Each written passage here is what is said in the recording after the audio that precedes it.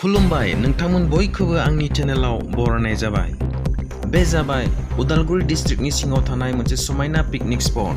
बे जायगानि मुङा भैरबकुंड। बे जायगायावनो 21/5/2021 खालि गोबां थाथ'नाय गैयै अखा फैनायजों दैबाना जादों। दायो नोंथांमोना नुनो मोनदों बे भैरबकुंड पिकनिक स्पटनि सुइस गेटनि सिङाव गोबां गिथावना दै बोहैलांनाय। दिनै जों नुनो मोनदों बे बोसोरनि गिबिसिनथार दैबाना। दिनै जों नुनो मोनदों बे बोसोरनि गिबिसिनथार दैबाना। खौरां मोननाय बादिब्ला बे दैबानाजों दैमा आफांनि दुब्लियाव दै लांग्रा बान्दोफोरा बायदों।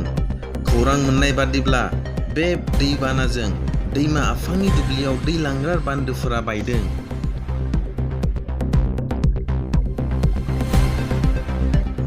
बे समायना जायगायाव दिसेम्बर टु फेब्रुवारि गोबां मानसिफ्रा दाब दाब जायगानिफ्राय पिकनिक जानो फैयो। पिकनिक जाफैनाय समफोराव बिदि गोबां दै बोहैनाय बे जायगायाव नुनो मोना। नाथाय मैयानि थाथ'नाय गैयै गोबां अखा फैनायजों बेवहाय दिनै गिलु बालु दैबाना नुनो मोनदों। नाथाय मैयानि थाथ'नाय गैयै गोबां अखा फैनायजों बेवहाय दिनै गिलु बालु दैबाना नुनो मोनदों। बे बोसोरनि बेनो सेथिबार दैबाना। बे सेथिबार दैबानाजों आफांनि दुब्लिनि बान्दोफ्रा बायदों होनना खौरां मोननाय जादों। दिनैनि रादाबा बेसेनोसै। गोजोन्थों, खुलुमबाय।